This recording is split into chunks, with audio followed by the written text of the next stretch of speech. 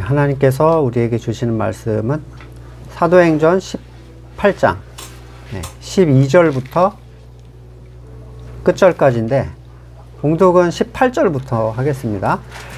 바울은 여러 날을 머무른 후에 신도들과 작별하고 배를 타고 시리아로 떠났다. 브리스길라와 아굴라가 그와 동행했다. 그런데 바울은 서원한 것이 있어서 갱그레아에서 머리를 깎았다. 그 일행은 에베소에 이르렀다. 바울은 그 두 사람을 떼어놓고 자기 혼자 회당에 들어가서 유대 사람들과 토론했다. 그들은 바울에게 좀 더 오래 머물러 달라고 청하였으나 바울은 거절하고 하나님의 뜻이면 내가 다시 돌아오겠습니다 하고 작별 인사를 한 뒤에 배를 타고 에베소를 떠났다. 바울은 가이사랴에 내려서 예루살렘으로 올라가 교회를 문안한 뒤에 안디옥으로 내려갔다. 바울은 얼마 동안 거기 있다가 그곳을 떠나 갈라디아 지방과 부르기아 지방을 차례로 두루 다니면서 모든 신도를 굳세게 하였다. 그런데 알렉산드리아 태생으로 아볼로라는 유대 사람이 에베소로 왔다. 그는 말을 잘하고 성경에 능통한 사람이었다.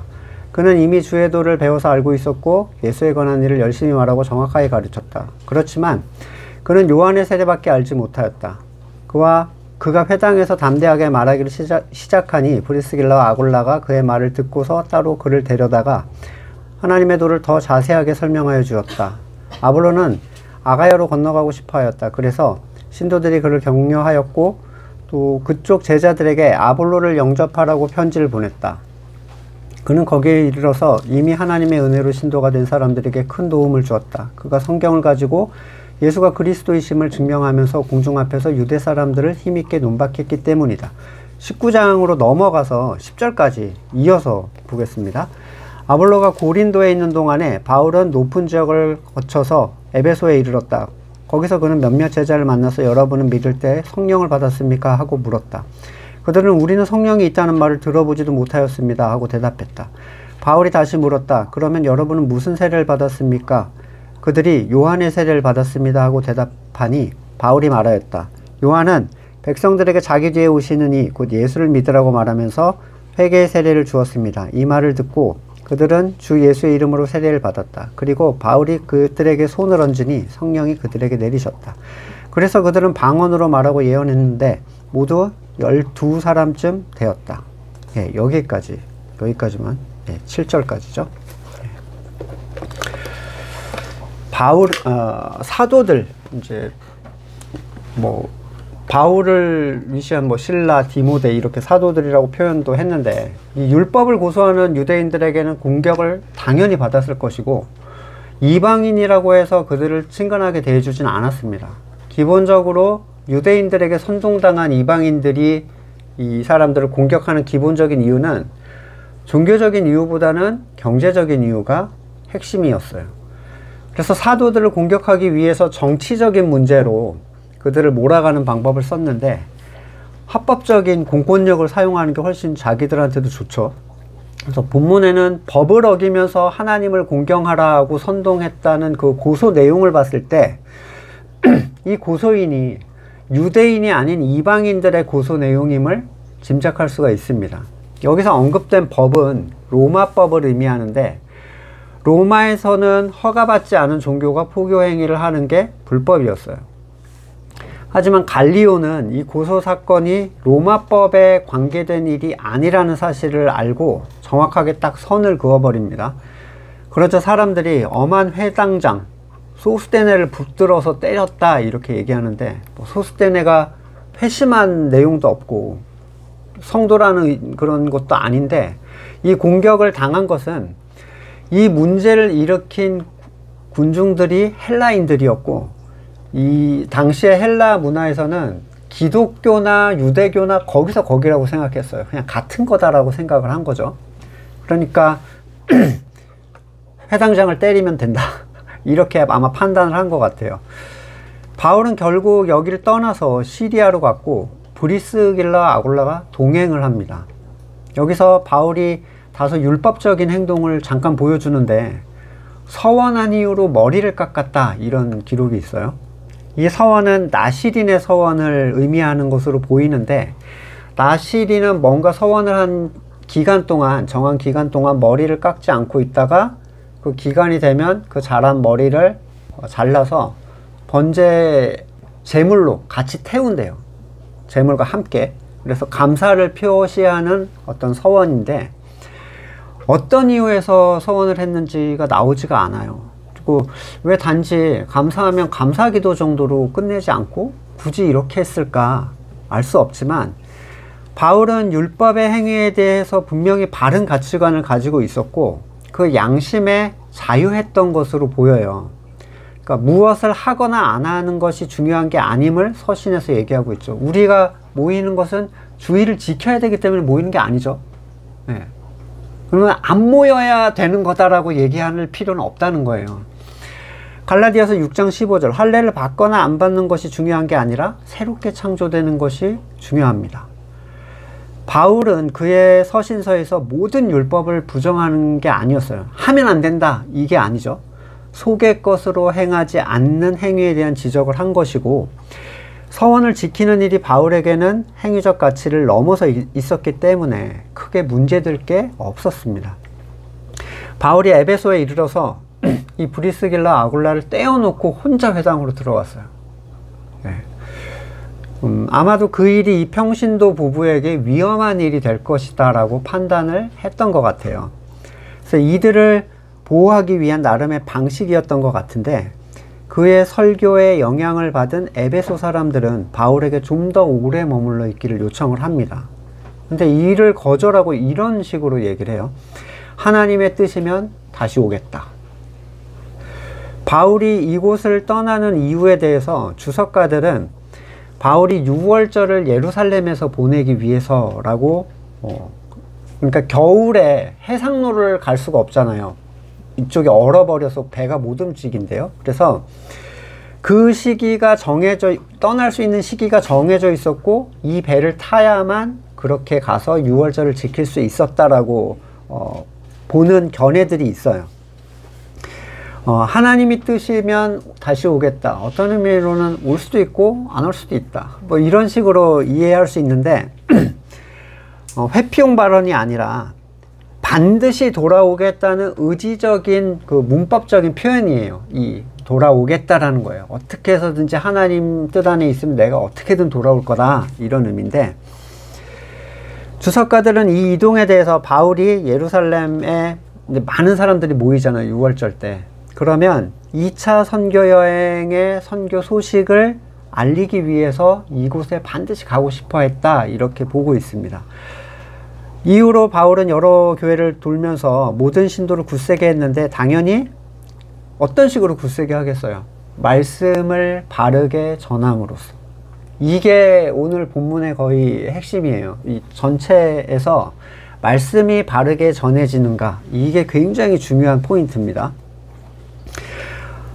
당시 이게 왜 말씀을 바르게 전하는 게 중요한가, 이걸로 어떻게 굳세게 되는가, 이게 다음 뒷 내용에서 잘 드러나는데, 당시에는 말씀이 완전 계시가 안 됐고 이렇게 책으로 없었어요. 그렇죠? 그래서 말씀을 오해하거나 아직 알지 못해서 엉뚱한 데서 헤매는 경우, 또는 반쪽만 알고 있는 경우 굉장히 많았는데, 성경이 지금은 남아돌잖아요. 집에 몇 권씩 꽂혀 있고 옛날 버전 막 못 버려가지고 막 2줄씩 쌓아놓고 이러는데, 당시에는 말씀이 없으니까 얼마나 힘들었겠어요. 사도들도 전할 수 있는 사람도 많지 않았고. 그래서 이제 뒷본문이 그 내용들을 설명을 합니다. 고린도 교회에서 하나의 팔을 형성할 정도로 강력한 지지를 얻었던 아볼로가 이제 처음 등장해요. 이 출신 지역이 알렉산드리아인데 학문의 도시로 유명합니다. 이미 구약의 능통한 지식을 가지고 있었고, 주님의 도를 배워서 알고 있었고, 더 나아가서 예수에 관한 일을 열심히 말하고 정확하게 전달을 했다라는 표현을 써요. 예. 아볼로의 상태를 우리가 좀 살펴볼 필요가 있는데, 자, 구약에 능통했고 누군가로부터 아마 거듭난 사람에 의해서 주님의 도를 배웠겠죠. 그리고 정확하게 가르칠 수준이었던 사람, 이렇게 가르칠 열정을 가졌다는 것은, 그가 복음에 동의하고 그러할 열정을 가졌다는 것은 그가 거듭난 사람이었다는 얘기예요. 근데 누가는 여기에다가 그렇지만 그는 요한의 세례밖에 알지 못했다라는 표현을, 그의 부족한 부분을 얘기하고 있습니다. 자, 거듭난 사람인가 아닌가, 이 얘기를 하기 전에 그가 아는 것이 무엇이었는가를 생각해 보면, 자, 요한의 세례밖에 알지 못했다라는 사실. 근데 예수에 관한 일을 열심히 정확하게 전했어요. 그럼 그가 예수를 믿었다는 걸 의미하죠. 예. 왜냐하면 믿지 않으면 그건 전할 수 없는 종류의 것이거든요. 자, 당연히 믿었다는 걸 의미하고, 그러면 성령을 받지 못함은 예수를 믿지 않았다는 거랑은 의미가 조금 달라요. 아직 성령을 받지 못했다라는 의미, 성령 세례잖아요. 오순절 성령 사건 때 성령 받지 못했지만 예수님 믿고 있었죠. 함께 모여서 기도하고 있었고. 자, 먼저 요한의 세례가 의미하는 바를 한번 생각해 볼게요. 요한은 세례 요한이죠. 그가 온 이유는 주님의 길을 곧게 하기 위해서다라고 얘기를 합니다. 마태복음 3장 1절이야. 세례 요한이 나타나서 유대 광야에서 선포하여 말하기를 회개해라, 하늘나라가 가까이 왔다. 이 사람을 두고 예언자 이사야는 이렇게 말했다. 광야에서 외치는 이의 소리가 있다. 너희는 주님의 길을 예비하고 그의 길을 곧게 해라. 자, 주님께서 오시는 길을 곧게 한다는 것은 은혜로 주시는 의가 되시는 주님을 맞이하는 자들이 주님을 뵐 수 있도록 준비한다라는 의미인데, 이 준비를 위해서 요한이 회개를 촉구를 합니다. 요한이 촉구한 회개는 세상에 속한 선에 의해서 또는 착하게 사는 삶에 의한 그런 지향점이 아니에요. 자신의 삶을 외적으로 잘 꾸몄던 바리새인과 서기관은 세례를 받으러 와서 요한에게 욕을 먹고 쫓겨났어요. 3장 7절에 마태복음, 요한은 많은 바리새파 사람, 사두개파 사람들이 세례받으러 오는 것을 보고 그들에게 말하였다. 독사의 자식들아, 누가 너희에게 닥쳐올 징벌을 피하라고 일러주더냐. 회개에 알맞은 열매를 맺어라. 자, 회개를 했다면 의를 스스로 추구할 리가 없죠. 내 의가 실패했다는 걸 고백해야 되는 거니까요. 예. 이스라엘에 선포된 회개의 의미는 이스라엘이 율법으로 실패할 수밖에 없는 존재들임에도 불구하고 그 의를 전혀 포기하지 않고 자기들이 스스로 쌓은 의로 하나님 앞에 나는 의롭다라고 내세우고, 오히려 율법에 실패했다고 하는 존재들을 정죄했단 말이에요, 이 사람들은. 네, 회개에 합당한 열매가 전혀 없는 사람들이었어요. 그 열매는 율법의 의에 대해서 완전히 손을 드는 겁니다. 이 회개에 합당한 열매라는 건. 거저 주시는 의를 받아들일 수 있는 사람은 자기 의에 대해서 실패를 인정하는 사람들이에요. 누구도 율법으로 의롭게 될 수 없기 때문입니다. 갈라디아서 3장 11절, 하나님 앞에서 율법으로는 아무도 의롭게 되지 못한다는 것이 명백합니다. 의인은 믿음으로 살 것이다 하였기 때문입니다. 5장 4절 갈라디아서, 율법으로 의롭게 되려고 하는 사람은 그리스도에게서 끊어지고 은혜에서 떨어져 나간 사람입니다. 자, 행위로 의롭게 되려고 하는 사람은 그리스도에게 끊어지고 은혜에서 떨어져 나간 사람이다라고 말을 하는데도 내가 하지 않으면 모든 것이 망가질 것이다 생각을 하죠, 사람들이. 이 말을 반대로 보면 내가 하고 있기 때문에 유지가 되고 있다라고 주장하는 거예요. 자신의 의에 대한 가치를 포기하지 않는 거죠. 그건 회개에 합당한 열매가 없는 사람들입니다. 자, 아볼로는 요한의 세례는 알고 있었고 그리스도의 도를 전하기까지 했는데, 그렇다면 아볼로는 우선적으로 사람의 의를 회개한 사람은 분명히 맞을 거예요. 그러면 성령 세례를 받았는가? 성령 세례를 무엇으로 정의하느냐에 따라서 받았다고 말할 수도 있고 안 받았다고 말할 수도 있겠죠. 뭐 오순절 교단이 얘기하는 방언을 받았냐? 그걸 척도로 생각해요. 그래서 방언을 받은 적이 없는데요 하면 성령 세례 안 받았다 이렇게 판단을 해버리죠. 또는 은사를 받았냐 이렇게.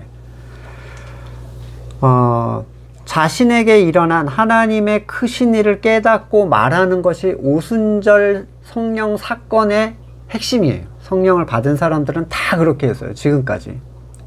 하나님을 통해서 고쳐진 사람들. 이걸 성령 세례의 증거로 볼 것인가, 아니면 앞에처럼 뭐 초자연적인 뭐를 받았느냐로 볼 것인가에 따라 답이 달라질 건데, 아볼로의 모습을 브리스길라와 아굴라가 봤을 때 그는 요한의 세례에 대한 의미까지만 알고 있었다는 거예요. 그런데 성령 세례가 그에게 일어나지 않아서 몰랐는가, 아니면 일어났음에도 불구하고 알지 못해서 몰랐는가, 이 차이인 거죠. 아볼로의 사건은. 아볼로는 자기에게 의가 없음에 대해서 분명히 알고 있었고, 죄인됨에 대해서도 알고 있었습니다. 그리고 그리스도만이 우리의 의가 된다는 것도 알고 있었어요. 그런데 성령 세례를 알지 못하고 있었어요. 받지 못한 게 아니라 의미를 알지 못했다는 거예요. 자, 영적 지식이라는 것은 우리에게 이미 일어난 일이라 하더라도 워낙에 세상 교회가 의미를 다 바꿔놔 버렸죠. 그래서 내게 일어난 일이 어떤 의미인지 인지를 하지 못하는 경우가 굉장히 많습니다. 제일 대표적인 게 거듭남, 또는 그리스도와 함께 죽었다는 의미.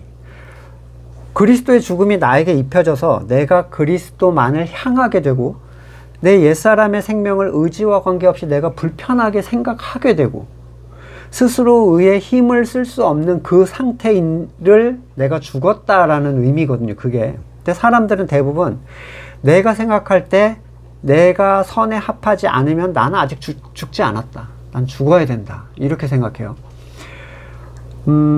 거듭나지 못한 사람들이 그 의미를 모르는 거야 당연하죠. 근데 거듭났어도 나에게 일어난 일을 알지 못해서 헤매는 경우가 굉장히 많습니다. 자신이 자기 부인을 통해서 상한 심령을 올려드리는 예배를 이미 드리고 있는데, 건물에서 만든 예전을 드리지 않으면 예배가 아닌 것 같아서 굉장히 마음이 불편한 상태. 자신이 이미 교회가 되었는데 건물을 교회로 생각하는 사람들이 있죠. 찬양, 기도, 성찬, 수많은 가치가 알지 못해서 바르게 누리지 못하는 경우, 그리고 전해지지 못하는 경우가 굉장히 많습니다. 이러한 사람들은 영적인 지식이 필요한 사람들이에요. 아볼로는 학식의 배경이 풍부한 사람이었지만 자신이 체험한 일이 뭔지 알지 못했죠. 브리스길라와 아굴라는 아볼로를 데려다가 하나님의 도를 더 자세하게 설명해 줬다고 해요. 더 자세하게. 그러니까 성령 세례를 받게 하거나 뭐 안수를 하거나 뭐 새롭게 뭘 한 게 아니에요. 다른 가치를 전수해 준 게 아니라 이미 정확하게 알고 있던 것을 더 자세하게 전해줬다는 거예요. 아볼로는 장막을 만드는 사람들인 이 브리스길라와 아굴라 부부에게 복음에 대해서 더 자세하게 설명을 듣는 거에 대해서 거부감이 없었어요. 이것만 보더라도 이미 그가 거듭난 사람임을 알 수가 있는데, 바울과 1년 6개월의 사역을 함께 했던 이 아굴라 부부는 영적 지식 측면에서도 굉장히 많은 성장을 이루었고, 필요에 따라서 그 가치로 다른 성도를 도울 수 있는 힘이 있었습니다. 히브리서 5장 12절, 시간으로 보면 여러분은 이미 교사가 됐어야 할 터인데 다시금 하나님의 말씀의 초보적 원리를 남들에게서 배워야 할 처지에 놓여 있습니다. 여러분들은 단단한 음식물이 아니라 젖을 필요로 하는 사람이 되었습니다. 여기 묘사되는 사람들이 그런데 말씀의 원리에 대해서 지식적으로 성장을 하지 못하면 말씀을 먹을 수 있는 수준도 떨어질 수밖에 없어요. 때로 이런 사람들은 올바른 말씀을 줘도 소화가 잘 안 됩니다. 그래서 5장 13절 이어서 보시면, 젖을 먹고서 사는 이는 아직 어린아이이므로 올바른 가르침에 익숙하지 못합니다. 그러나 단단한 음식물은 장성한 사람들의 것입니다. 그들은 경험으로 선과 악을 분별하는 세련된 지각을 가지고 있는 사람입니다. 자, 영적 지식이 그의 삶에 체험적으로 드러나서 경험으로 선과 악을 분별하는 세련된 지각을 가진 사람들. 자, 브리스길라와 아굴라는 이런 장성한 사람이었고, 아볼로는 아직 성장이 필요한 사람이었지만 올바른 가르침을 잘 받아들일 수 있는 힘이 있는 사람이었어요.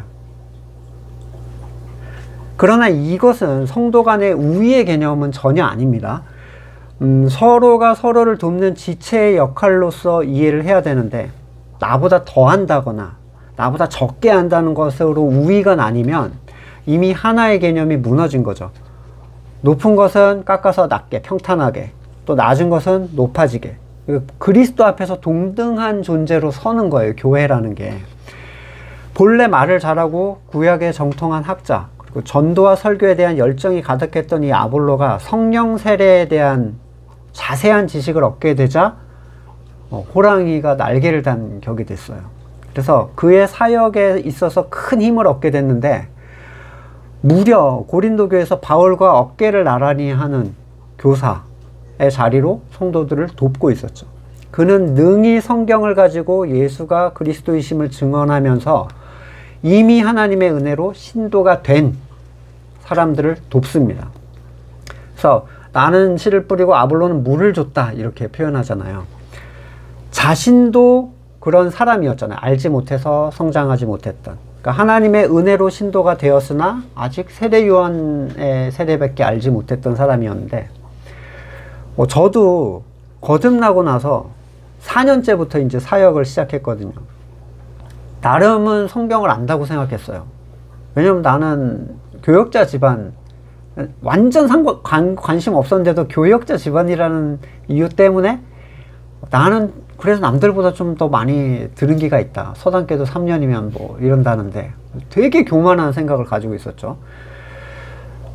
거의 요한의 세례도 잘 알지 못하는 수준이었는데 많은 말을 하고 계속 가르쳐 왔어요. 왜냐하면 사역자가 되면 그렇게 해야 되니까, 무조건. 근데 제가 거듭나고 나서 13년 정도가 후가 돼야 복음이 뭔지를 알게 된 거예요. 물론 죽을 때까지 더 알아야 되겠죠, 복음의 가치에 대해서. 근데 정말 복음을 이렇게 알려주고 미리 이끌어줄 수 있던 사람이 있었으면 나는 다르게 되었을까? 어쩌면 그런 사람이 있었어도 내가 준비가 되지 않았기 때문에 못 알아들었을 수도 있겠죠. 여튼 분명하고 바른 말씀을 전하고 또한 들을 수 있는 장성한 귀를 가진 사람들이 함께 있다는 것, 이 사실은 교회의 진짜 귀한 가치입니다. 고린도전서 3장 5절, 그렇다면 아볼로는 무엇이고 바울은 무엇입니까? 아볼로와 나는 여러분을 믿게 한 일꾼들이며 주님께서 우리에게 각각 맡겨주신 대로 일을 했을 뿐입니다. 나는 심고 아볼로는 물을 주었습니다. 그러나 하나님께서 자라게 하셨습니다. 다만 이런 귀한 가치를 올바로 누리지 못한 성도들이 있는데, 이 어린 고린도 성도들, 특정 사역자에 따라서 이 귀한 걸 나눠주는 사람이, 여러분, 이렇게 바울도 있고 아볼로도 있고 게바도 있고 막 다 있는데 팔을 나눠, 거기서. 여러분, 이런 분들이 사역하는 교회에서 야, 이거 뭐 완전 꿈에 그리는 밥 만들어서 맨날 들어가고 싶은 그런 교회 아니에요. 근데 여기서 이 성숙하지 못한 사람들이 팔을 나눕니다. 받아들일 역량이 없는 거죠, 참된 말씀을. 그래서 그 지지 세력을 막 형성해서 교회에 어려움을 가져왔어요. 아볼로가 브리스길라와 아굴라의 가르침을 듣고 성장한 것과 달리 아볼로의 말을 들은 성도들은 팔을 나눠서 분열을 하려고 합니다. 오늘 본문의 아볼로는 이미 요한의 세례를 받았고 성령 세례를 받았지만 자기가 가진 가치가 무엇인지 알지 못했던, 영적 지식의 빈곤함을 겪었던 사람이라면 19장에 나온 사람들은 많이 달라요. 아볼로가 고린도에서 사역을 하는 동안 바울은 에베소로 향했는데 거기서 몇몇 제자를 만났다, 이렇게 되어 있습니다. 그런데 바울은 이 사람들과 대화를 하면서 뭔가 불편한 부분을 감지를 했어요. 믿을 때 성령을 받았는가? 이상한데? 믿을 때 성령을 받았는가? 이 얘기를 한 거예요. 근데 이 사람들의 얘기가 성령에 대해서는 들어본 적도 없다, 이렇게 얘기를 합니다. 이 사람들이 제자로 인정을 받는 이유는 요한의 세례를 인정하고 받았다는 거죠. 당시에는요, 여러분, 요한의 세례는 지금 같은 분위기가 아니었어요. 요한의 세례를 받는다는 건 기독교인이 된다는 거고, 그 당시에 팽배해 있던 미움과 핍박을 받겠다고 선언한 거예요. 그러니까 요한의 세례만 이렇게 생각하면 안 돼요. 되게 대단한 사람들인 거예요. 자신의 의의 없음을 알고 내 선이 무가치함을 인정하는 사람들은 요한의 세례에 합당한 사람, 회개에 합당한 열매를 맺은 사람들이죠. 근데 거기서 끝이 나면, 거기서까지만 멈춰 있으면 삶이 절망적이에요. 우울해질 수밖에 없습니다. 나한테는 희망이 없는데 다른 희망도 없는 거거든요. 세례 요한은 예수님을 가리키며 하나님의 어린 양이다 라고 하면서 그를 따라가게 했어요. 근데 그의 가르침, 그의 세례가 바르게 인식된 사람이었다면 절대로 요한의 세례에서 멈춰 있을 수가 없습니다. 하지만 사도들에게도 추종자가 있듯이 요한의 그리스도에 대한 선포에도 불구하고 세례 요한의 추종자들이 있었어요. 그래서 모든 제자가 예수님을 따라가지 않고 요한복음에 의하면 베드로와 안드레는 원래 세례 요한의 제자였는데 그 둘이 자 하나님의 어린 양이다 하니까 그 둘이 그 자리에서 떠나가 버린 거예요. 딱 2명만. 결국 예수님의 십자가 사건 이후까지도 요한의 세례에 머물러 있던 추종자들은 그 흐름이 10년 넘게 이어갑니다. 요한의 팔을 형성해 버린 거예요. 그리스도를 향하게 하지 않고 사라져 버리지 않고 나는 쇠해야 한다라고 했는데 나는 흥한 상태로 가져가는 거죠.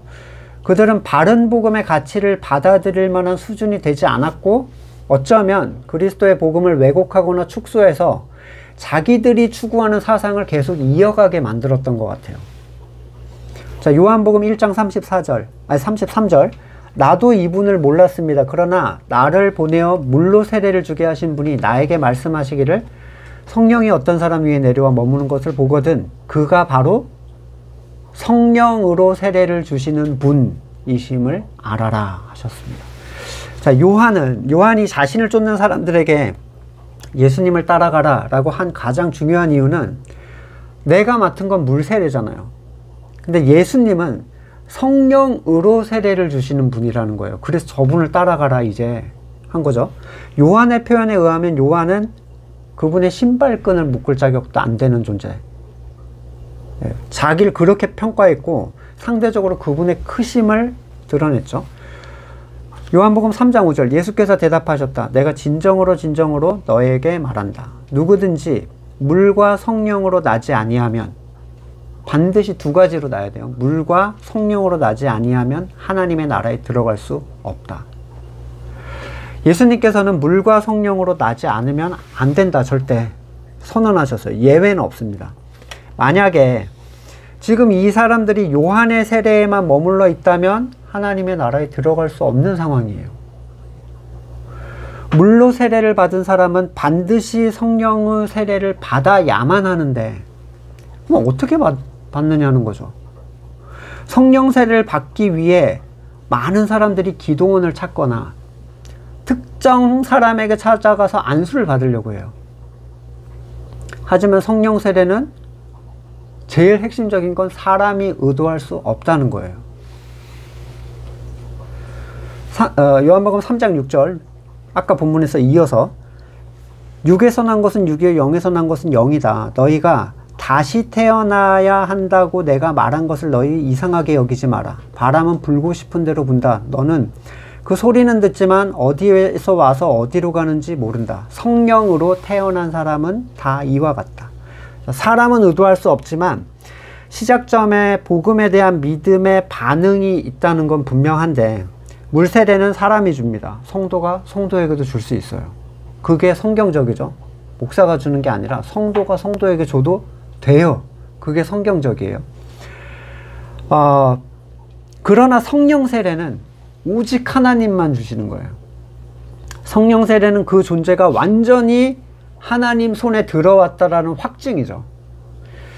갈라디아서 3장 5절 하나님께서 여러분에게 성령을 주시고 여러분 가운데서 기적을 행하시는 것은 여러분이 율법을 듣고 행하기 때문입니까? 아니면 믿음의 소식을 듣기 때문입니까? 그렇지 않으면 복음을 듣고 믿어서 그렇게 하신 것입니까? 자, 세 가지 중에 어느 건지 물어봅니다. 행이냐, 들었기 때문이냐, 듣고 믿었기 때문이냐. 행위를 추구하는 사람들은 위에서 말한 것처럼 특정 행동을 취함으로써 금식이든 기도든 뭐 특세든 뭐 뭐든지 해서 그걸 얻어내려고 하는 사람들이에요. 두 번째는 듣기만 하는 사람들. 하지만 듣는 것이 믿음과 합해진다라는 의미는 다른 의미입니다. 히브리서 4장 1절. 그러므로 하나님께서 주시는 안식에 들어가리라는 약속이 아직 남아있는 동안에 여러분 가운데서 거기에 미치지 못하는 사람이 아무도 없도록 두려운 마음으로 조심하십시오. 그들이나 우리나 기쁜 소식을 들은 것은 마찬가지입니다. 근데 그 들은 말씀이 그들에게는 아무 유익이 되지 못했습니다. 그들은 말씀을 듣고서도 믿음과 결합시키지 않았기 때문입니다. 그러나 말씀을 믿은 우리는 안식에 들어갈 것입니다. 그것은 내가 진노하여 맹세한 것과 같이 그들은 결코 내 안식에 들어오지 못할 것이다 하고 말씀하신 그대로입니다.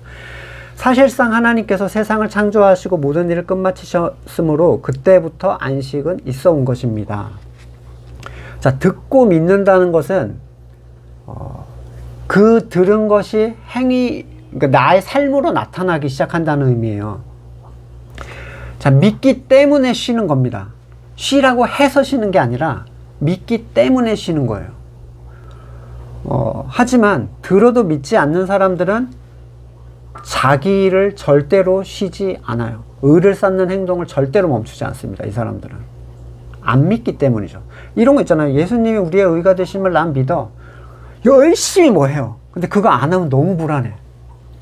그건 안 믿는 거예요.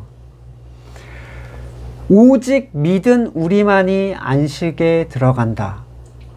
에베소서 1장 13절. 여러분도 그리스도 안에서 진리의 말씀, 곧 여러분을 구원하는 복음을 듣고 그리스도를 믿었으므로 약속하신 성령의 날인을 받았습니다.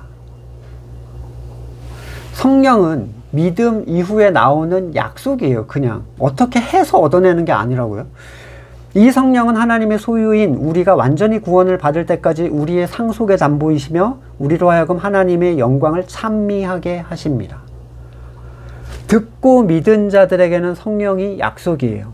다만 그것을 약속으로 믿고 기다리느냐의 문제죠. 성령 세례를 초자연적인 은사를 행하는 것으로 이해한다면 성령 세례의 본래 목적에 들어갈 수가 없어요. 성령 세례의 근본적인 목적은 그를 그리스도 안에 참 안식으로 옮기는 거거든요. 에덴의 상태, 하나님으로 공급받는 것으로 누리는 상태. 스스로 행하던 모든 의로부터 그가 벗어날 뿐만 아니라 아무것도 행하지 않아도 의롭다 하시는 분의 의를 힘입어서 심판대에 대한 두려움으로부터 그를 자유롭게 해줍니다. 그리고 그 평안한 상태에서 그를 주장하시는 하나님의 은혜는 그를 자기의 의도와 관계없이 그리스도를 닮아가게 만들어버려요. 사람의 몸이 진짜 신기한 게 이 머리로부터 나오는 어떤 호르몬들이나 신호에 의해서 모든 신체가 변화가 돼요. 전에 뭐 손의 이식에 대한 부분도 말씀을 드렸지만 이 헬스하는 사람들 아니면 성전하는 사람들 이 외부적으로 이 호르몬을 계속 주입을 해요. 그러면 남자가 손이 여자 손으로 변해요. 사이즈가 작아져 버리는 거죠. 또는 손이 커져. 얼굴도 각져지고 등치가 벌어져요. 호르몬에 의해서. 우리가 그리스도를 바르게 믿고 있다면 그분을 따라 변화하는 건 현상이에요. 빌립보서 3장 21절. 그분은 만물을 복종시킬 수 있는 권능으로 우리의 비천한 몸을 변화시키셔서 자기의 영광스러운 몸과 같은 모습이 되게 하실 것입니다. 약속이죠. 고린도서 3장 18절. 우리는 모두 너울을 벗어버리고 주님의 영광을 바라봅니다. 이렇게 해서 우리는 주님과 같은 모습으로 변화하여 점점 더 큰 영광에 이르게 됩니다. 이것은 영이신 주님께서 하시는 일입니다. 이게 주님께서 하시는 일이에요. 이걸 누가 우리가 맡아서 할 수 있겠어요? 여기서 우리는 쉬는 것밖에 할 수 없죠. 그분 안에서. 이게 성령 하나님의 능력인데 성령 세례는 하나님의 뜻대로 그 사람을 그의 의지나 노력과 계획과 관계없이 바꾸어 버립니다.